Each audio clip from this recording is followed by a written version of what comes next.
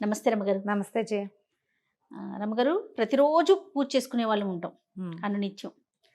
అయితే ఆ పూల విషయానికి వచ్చేసరికి హ్మ్. చాలా మంది ఇప్పుడు మన ఇంట్లో పూలు ఉంటాయి, ఉండకపోతాయి. కొనుక్కుంటారు, కొనుక్కోలేకపోతారు. పక్క దొడ్లు అక్కడ ఇక్కడ ఎక్కడ కనిపిస్తే అక్కడ తీసుకొచ్చేసి మన దేవుడికి ఆ పూలతో పూజ చేస్తారండి. ఇది అసలు ఎంతవరకు కరెక్ట్? ఎందుకు కరెక్ట్ కాదు? పువ్వులు ఉన్నది పూజ చేయటానికే. అంతేనా? అది మన కాదు. దొడ్లోది కదా? వాళ్ళ ఉద్దేశం అంటారా? అది కాదు జయ. ఆ, ఇవి ఒక శాస్త్రం చెప్తారు. పువ్వులు సొంత పెరట్లో నుంచి కోసి చేస్తే ఉత్తమ పూజ. మ్హూ. ఓకే. తర్వాత ఎవరి దొడ్లో నుంచైనా కోసుకొచ్చి చేస్తే మధ్యమ పూజ. కొనుక్కొస్తే అధమ పూజ. ఓ, ఇప్పుడు కొనుక్కు రాకుండా ఎవరి దొడ్లల్లో పువ్వులు ఉంటే ఈ పాయింట్ ఎక్కడి నుంచి పుట్టించారో నాకు అసలు ఎప్పుడూ అర్థం కాదు. మనం ఎవరి దొడ్ల నుంచి, ఇప్పుడు మీ దొడ్లో పువ్వులు ఉన్నాయి, నేను నిన్ను అడిగి కోసుకుంటే ఏ తప్పు లేదు. ఆ, అడగకుండా కోసుకుంటే పూజ మంచిది కాదు. వాళ్ళు తిట్టుకుంటారు కదా, అవును అవును. మా పూలని కోసుకుంటారు దొంగ మొహాలు ఎవరో అని.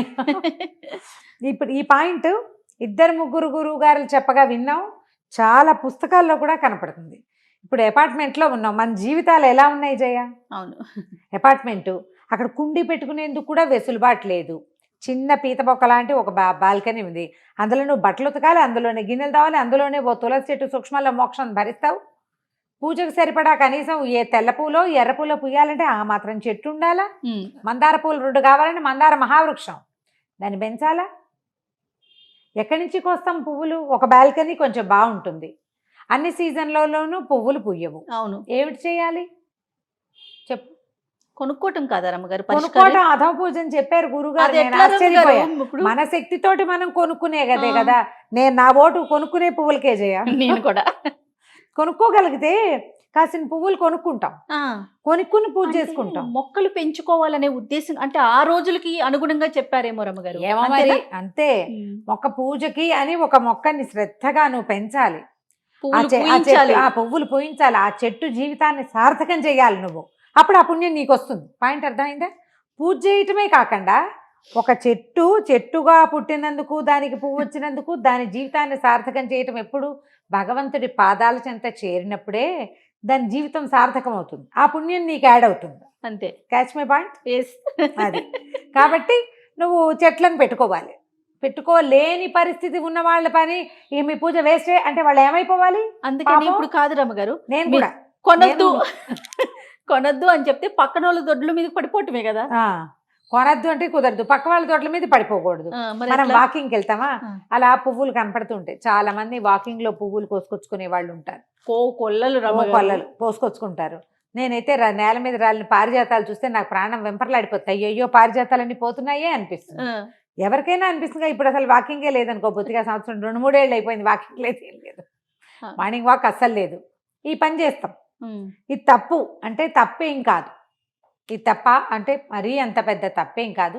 మనం ఏ పువ్వులతోటైనా పూజ చేసుకోవచ్చు. మీరే ఒక మొక్క పెంచి ఇలా చెయ్యండి. ఇది చాలా అత్యద్భుతమైన విషయం. మిగిలింది పనికి మాలిందని మాత్రం అనకూడదు సుమి. కానీ అడిగి కోసుకోవాలి కదా. అడిగి కోసుకోవాలి. అడుగు, పక్కింట్లో అడిగితే వాళ్ళు కోసుకొని ఇస్తారు. ఒక రోజు సరేలే ఏదో ముద్దుగా అంటారు, రోజు కోసుకొని ఇస్తారా? అదే. మీరు ఇంతకీ ఇది ఏం తేల్చట్లేదు విషయం. తేల్చాను. మొక్కలు పెట్టి పూలు పూయించి వేయించండి, చేసుకోండి పూజ. లేదండి, అవకాశం కొనుక్కోండి. అమ్మయ్య, ఓకే. కొనుక్కోండి, కొనుక్కున్న పువ్వులతో పూజ చేయండి. ఈ పూజ చేసిన తర్వాత ఏం చేస్తారు అనేది ఒక క్వశ్చన్. అవునండి, అంతేనా? దేవుడికి ఇప్పుడు ఈ పూలు పెట్టేస్తాం, మరుసటి రోజు తీసివేయాలి కదా. వాటిని ఎక్కడ వేయాలి రమ్మగారు? నిర్మాల్యం అంటారు. భగవన్ నిర్మాల్యము. పాదాలు అంటకూడదు, ఎవరూ తొక్కకూడదు. అందుకని ఏం చేయాలి మనం? ఇన్నేసి పువ్వులతో పూజ కాకుండా చక్కగా తేలిగ్గా, ఇప్పుడు మనం ఈ చామంతులు తర్వాత గులాబీలు కొంటామా, వాటి దుంపలు పిలకయ్యావి, అసలు వాడవు, పువ్వు కదలవు. ఎలా ఉన్న పువ్వు అలాగే ఉంటుంది 10 రోజులు వచ్చేస్తున్నాయి కదా. అవి ఏ మట్టిలో వేసినా కరగవు, కదలవు. కాగిత పువ్వుల్లాగా సంవత్సరమైనా కుళ్ళవు. తక్కువ పూలతో పూజ చేయండి అమ్మా చక్కగా. అందుకని దొడ్లో పెట్టుకోమని చెప్పింది. ఎందుకంటే దొడ్లలో ఏం మొక్క పూస్తాయి మనకి? గరుడు వర్ధనాలు, నందివర్ధనాలు, తర్వాత ఏమంటారు వీటిని, గన్నేరు పూలు. తేలికగా పల్చటి పువ్వు. మందారాలు కూడా మర్రాడపత్రికి మెత్తగా అయిపోతాయి, 2వ రోజుకి పువ్వు మట్లో కలుపుకోవడానికి సిద్ధంగా ఉంటుంది. అలాంటి పువ్వులతో పూజ అయితే మనకు సులువు. ఇప్పుడు మనకు బాల్కనీలే ఉన్నాయి, పెద్ద నేల లేదు, ఈ నిర్మాల్యాన్ని మట్టిలో వేయండి అంటే మనకంత మట్టి లేదు, చెత్తబుట్లో వేస్తారు. ఆ పని చేయకూడదు.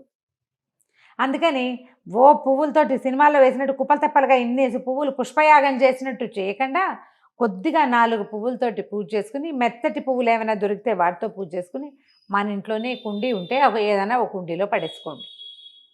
తర్వాత ఈ పూలు కూడా మనము దేవుడి పటాలకి పెట్టేటప్పుడు చాలా మంది పైన పెడుతుంటారు రమ్మగారు. నేను ఒకసారి మీతో మాట్లాడుతున్నప్పుడు విన్నా కింద పెట్టాలి అన్నట్లు. ఏం కాదు, అంత సిద్ధాంతం లేదు. కింద పెట్టచ్చు, పైన పెట్టచ్చు, ఎక్కడైనా పెట్టుకోవచ్చు. మన వెసులుబాటు చేయ, మన కుదరాలి. ఇది వరకు పాదాల దగ్గర పెట్టాలనే నియమం ఏం లేదు. పెట్టావు, పాదాల దగ్గర పూజించు, శిరస్సు తల మీద పెట్టి అలంకరించచ్చు కదా, అలంకారమేగా. నన్ను కూడా ఎవరో అడిగారు జయ, ఎప్పటికి నాకు నువ్వు అడుగుతుంటే గుర్తొచ్చింది. ఒక వీడియో చేసి పెట్టాము ఫేస్బుక్లో, మా గ్రూప్లో. సౌందర్యలహరి శ్లోకాలు ఏవో పెట్టినప్పుడు మా దేవుడిని వీడియో తీస్తూ ఆ శ్లోకం పెట్టాను నేను. దేవుడి పైన పెట్టకూడదు కదండి, మీరు అలా ఎందుకు పెట్టారు అని అడిగారు. క్వశ్చన్లు మాత్రం భలే వస్తాయి జయ, నా ఇష్టం అనుకోరు. ఆయన ఎవరో గురుగారు చెప్పారు, మీరు ఆ గురుగారిని ఫాలో అవ్వండి, నేను ఇలా ఫాలో అవుతాను అందామనిపించింది నాకు. అది ఇప్పుడు చెప్తాను జయ. పాదాలకి పూజ చేసుకుంటాం, పాదార విందాలకే సమర్పిస్తాం, అన్నీ పాదార విందానికే సమర్పిస్తాం. మన ఇంట్లో పటాలే ఉన్నాయి, ఆ పటం పై భాగంలో పెడితే పువ్వు అలంకారం, దేవుడి ప్రతిమ చూస్తే మనకు ఒక సంతోషం కలుగుతుంది. అలంకరించడానికి తప్పు లేదమ్మా, పెట్టుకోవచ్చు, పెట్టచ్చు. పూజ కింద చేయాలి. ఇప్పుడు పువ్వులు ఇట్లా విసరకూడదు, దేవుడి మీద ఇట్లా పెట్టాలి, అక్షంతలు ఇట్లా అనకూడదు, ఇలా పెట్టాలి. ఈ పైన అలంకారానికి పుష్పాలు చక్కగా పెట్టచ్చు, అందులో ఏం పెద్ద తప్పేం లేదు, అంత భయము లేదు, అంత భయపడక్కర్లేదు. మీరు చూడండి, తమిళనాట కొన్ని దేవతల విగ్రహాలకి ఆలయాల్లో అమ్మవార్ల శిరస్సు మీద ఆ కదళిత ఫలాలు పెడుతుంటారు, అరటిపళ్ళ అద్దం పెడతారు. ఎందుకు మరి వాళ్ళు పెట్టారే చెప్పు? అవును. పైగా ఈ ప్రశ్నించకూడదు, ప్రధానమైంది. నేను నిన్ను అడిగితే చెప్పు, నువ్వు నాకు నేనేం చేశాను నువ్వు అడగకూడదు. దేవి దేవతల విషయం అనుమానం ఉంటే నివృత్తి చేసుకోవచ్చు, కానీ ప్రశ్నలు కరెక్ట్ కాదు. ప్రశ్నలు కరెక్ట్ కాదు. మనకి పటమే ఉంది, క్యాలెండర్ పెట్టి పూజ చేసుకునే వాళ్ళు ఎంతమంది ఉన్నారో జయ. ఇప్పుడు కదా మనకి ఫోటోలు వచ్చినాయి, ఆ క్యాలెండర్ కి నెత్తి మీద ఒక మేకు ఉంటుంది, అక్కడే మందార పువ్వు పెట్టుకుంటారు. ప్రతి వాళ్ళకి ఇట్లా దండ వేయటానికి అవకాశం ఉంటుందా? లేని వాళ్ళు ఏం చేస్తారు, దండ వేసేన్ని పువ్వులు ఉండవు, 2 మందార పువ్వులు ఉన్నాయి, అవి ఆ పైన పెడితే దేవుడి మా ఫోటో మనకి కళగా కనపడుతుంది. మన ఆత్మానుభవం, ఆత్మకి సంతోషమే కదమ్మా మనకి. దానికి అంత ప్రశ్నించద్దు. మీ ఓపికను బట్టి, మీ వెసులుబాటును బట్టి లక్షణంగా చేసుకోండి. పూజకి మాత్రం మీరు పువ్వులు ఇలా వేయకూడదు, అది విసిరినట్టు. చక్కగా సమర్పించాలి. ఇప్పుడు సమర్పించండి, పాదాల చెంత పెట్టుకోండి, చక్కగా అక్షంతల పాదాలతో దగ్గర సమర్పించుకోండి, ఈజీ కదా. చిన్న పువ్వులతో పూజ చేసుకుంటే మనకి నిర్మాల్యం, డిస్పోజల్ సులువు. డస్ట్బిన్లలోనూ అక్కడ పడేయకుండా ఉంటుంది. ఏదైనా మనం మొక్కలు వేసుకోవడానికి లేదా కాస్త మట్టి వేసి పెడితే క్రమంగా అది ఆరిపోతాయి పువ్వులు. నిదానంగా మన మొక్కలకి ఎరువు అవుతుంది, మంచిదే, అంత ఇబ్బంది ఏం లేదు. ఎక్కువ ఇన్ని పువ్వులతో పూజ చేస్తాం, ఈ పువ్వులన్నీ డిస్పోజ్ చేయలేకపోతాం కదా, ఇబ్బంది అయిపోతుంటుంది. ఇవాళ రేపు మనకి ఏంటంటే మొక్కల్లో ఎరువుగా వాడుకోవటం తెలిసింది. అవునవును, ఆ పని చేయండి, కంపోస్ట్ గా పెట్టుకోవచ్చు. దాన్ని పక్కన పెడితే మెల్లిగా ఆ పువ్వులు నిదానంగా ఎవరు తొక్కకుండా కుండీల్లోకే వెళ్తాయి నిదానంగా, పర్వాలా కొంత మటుకు. ఇంకా రమ్మగారు, పలానా దేవుడికి ఈ పువ్వు పెట్టాలి అలాంటి నియమం ఏమన్నా ఉంది? ఇప్పుడు అమ్మవార్లకి ఈ కలరు, ఈ రంగులో ఉన్న పుష్పాలను సమర్పించాలి, అలాంటి నియమాలు ఉన్నాయి కదండి? కొన్ని అవి ఇప్పుడు మనకు దొరకటాన్ని బట్టి కదా, దొరికే దాన్ని బట్టి. ఇప్పుడు తులసి దళాలు విష్ణువుకి, మారేడు దళాలు శివుడికి, అమ్మవారికి సువాసన వచ్చే ఏ పువ్వులనైనా చామంతి పువ్వులతో సహా చక్కగా సమర్పించుకోవచ్చు. కనకాంబరాలు అవి వాసన రావు కాబట్టి వాటితో పూజించరు. కనకాంబరాలు, చంద్రకాంతాలు అవి ఏంటంటే చంద్రకాంతాలు సాయంకాలం పూట కాసేపే ఉంటాయి. జాజులు, మల్లెలు, మొల్లలు వాటన్నిటితోటి మనం పూజ చేసుకుంటాం. వాటికి అంత అభ్యంతరం ఏం లేదమ్మా. ఈ సీజన్లో మనకి గులాబీలు, చామంతులు మాత్రమే వస్తాయి, వాటితోటి పూజ చేసుకుంటాం. మనకి కాస్త ఈ గరుడ వర్ధనం, నంది వర్ధనం లాంటివి కనుక చిన్న మొక్కలైనా కుండీల్లో పెట్టుకోగలిగితే తెల్ల పువ్వులు వస్తాయి. 2-3 తెల్లటి పువ్వులు, సుబ్రహ్మణ్య స్వామికి తెల్లని పువ్వులు, వినాయకుడికి మందారాలు కానీ గన్నేరు పువ్వులు కానీ సమర్పించవచ్చు. విష్ణువుకి గన్నేరు పెట్టకూడదు, పెట్టచ్చు. ఇలా బోల్డ్ అన్ని లెక్కలు ఉంటాయి. మనకి మన ఉపస్థితిని బట్టి కదా, ఉండటాన్ని బట్టి అంతే. ఉంటే ఏదైనా పూజ. ఏమీ లేనప్పుడు ఏం చేస్తావు చెప్పు? ఉన్నదాంతోనే సరిపెట్టుకోవాలి కదా. ఆయన పేరేంటి, మన ఆదిశంకరాచార్యుల వారు ఒక మనకి శివానంద లహరిలో ఒక శ్లోకం చెప్తారు, పువ్వుల కోసం జడమతి పిచ్చివాడు సముద్రాల వెంట కొండల వెంట అక్కడికి ఇక్కడికి చెరువుల కోసం పరిగెడతాడు. కొండలెక్కి పువ్వులు కోసుకొస్తారు, చెట్ల కోసం వెళ్తారు, చెరువుల్లో ఉన్న కమలాలు తెస్తారు. ఎందుకు? నీ హృదయ కమలాన్ని అర్పించద్దు భగవంతుడికి? నా మనసుని అర్పిస్తాను నేను, అంత ప్రయత్నం చేయలేను నేను. నిత్యము అనుక్షణము నా మనసు అనే కమలాన్ని నీకు సమర్పిస్తాను ప్రభు, నన్ను మన్నించు, నన్ను క్షమించు, నన్ను ఆదరించు అని.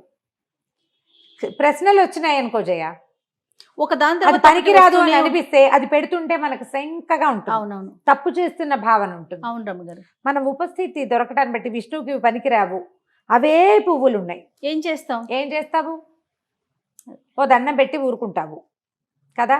అవును. అప్పుడు ఆ పువ్వే పెట్టు, ఆ పువ్వు జీవితం కూడా సార్థకం అవుతుంది.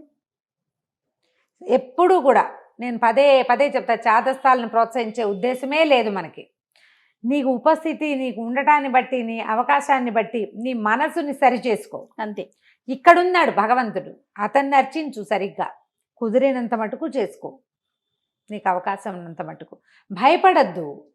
భయం ఎందుకు? భగవంతుడిని అర్చించేందుకు భయపడితే ఎట్లా? ఇంకోళ్ళని ప్రశ్నించొద్దు.